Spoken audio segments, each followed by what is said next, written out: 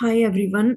Today we are going to record the presentation of our assessment 2. This is our group assignment of stt500 statistics for decision making. The topic includes scenarios for data analytics. This presentation is prepared by Group C. The member includes Anugil, myself, Naveen, Monag, Shilpa Bain, and Jagpreet.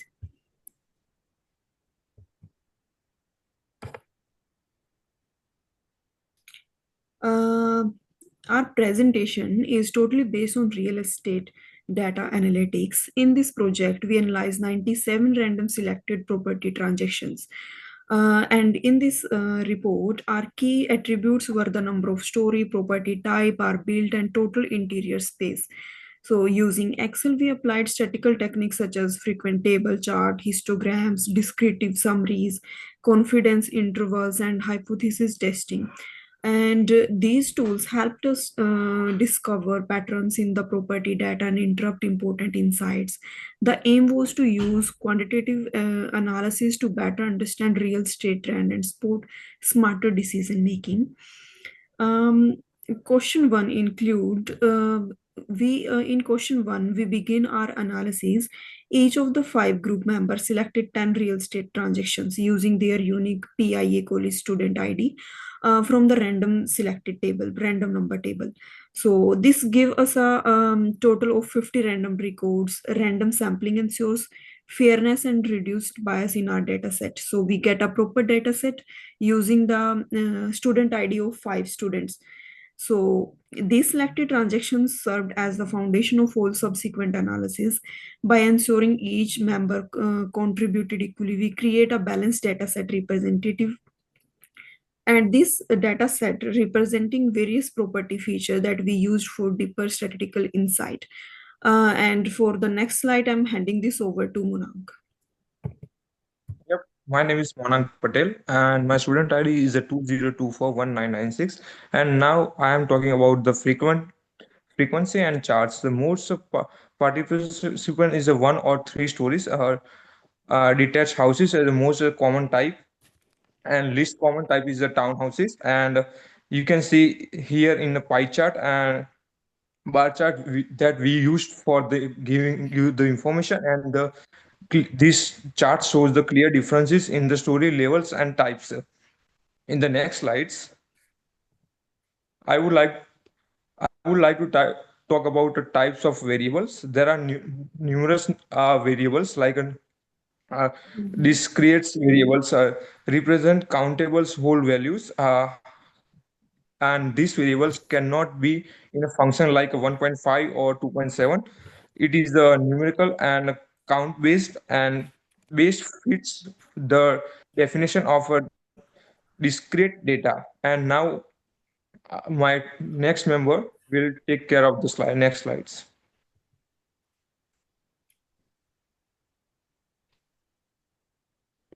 Yeah, as we talk about the question 4, in question 4, we used histograms to show the distribution of air-built and total interior space. The air-built histogram showed that many properties were built between 1950 to 1958 and 1980 to 1990. The histogram for interior space revealed more homes in the smallest and largest size ranges, suggesting mixed housing trends. These graphs helped us visually understand how homes vary in age and size across the dataset. It also highlighted how building patterns have changed over time. And as we talk about question 5, we used descriptive statistics to summarize the dataset. The average year built was 1983 with a wide range from 1950 to 2020. This shows a long history of construction. The average interior space was around 2625 square feet, with homes ranging from very small to very large. The skewness values were close to zero, showing relatively balanced distributions. These statistics helped us understand the center, shape, and spread of the data, which is crucial for making data driven observations.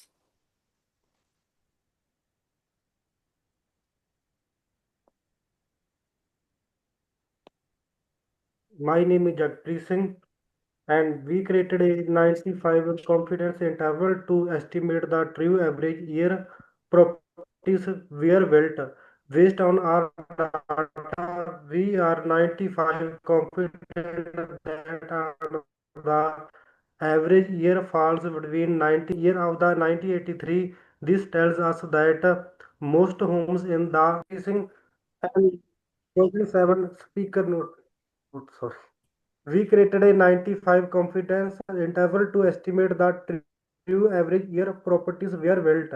Based on our data, we are 95% confident that the average year falls between 1979 and 1988.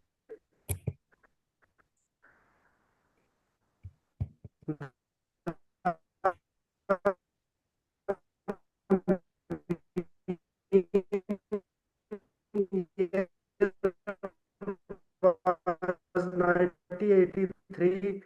This tells us that most homes in the data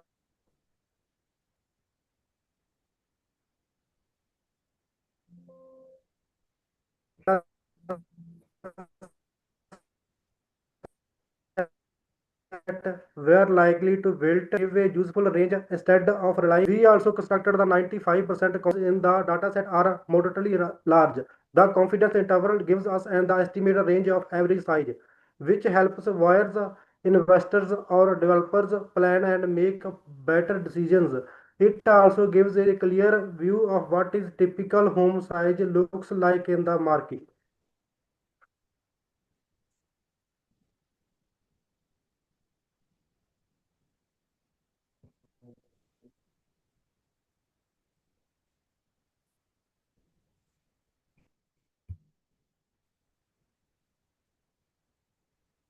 Hmm. Start. Hi everyone, my name is Shilpa and I'm going to discuss about the confidence interval. So we also constructed a 95% confidence interval for total interior space. The interval range from 2383 to 2868 square feet with the mean of 2625. This tells us that most homes in this dataset are moderately large. The confidence interval given us as an estimated range for average size, which helps buyer, investor, or developers plan and make better decisions. It also gives a clear view of what a typical home size looks like in the market. So, I'm going to the next slide, which is hypothesis testing. In the question 9, we tested if the average year built was significantly different from 1995. We used two-tailed hypothesis test. So the result showed at the value of 5 and a very small p-value of 0.000001. Since the p-value is far less than our significance level of 0.05, we rejected the null hypothesis. This means that the average year build is not 1995, it is significantly earlier or later. The test confirmed our findings from previous steps, especially the confidence interval result.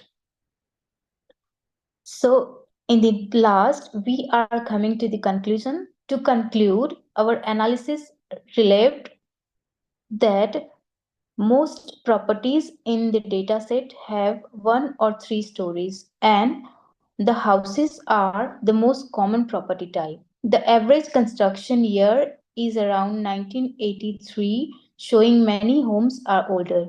We also found that the typical interior space is about 200 to 600 square feet, with homes ranging from very small to quite large. Our confidence interval and hypothesis days supported this observation.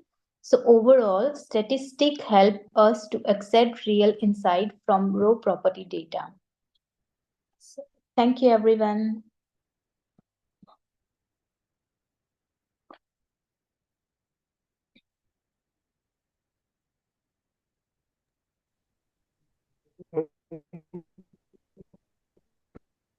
Recording stopped key.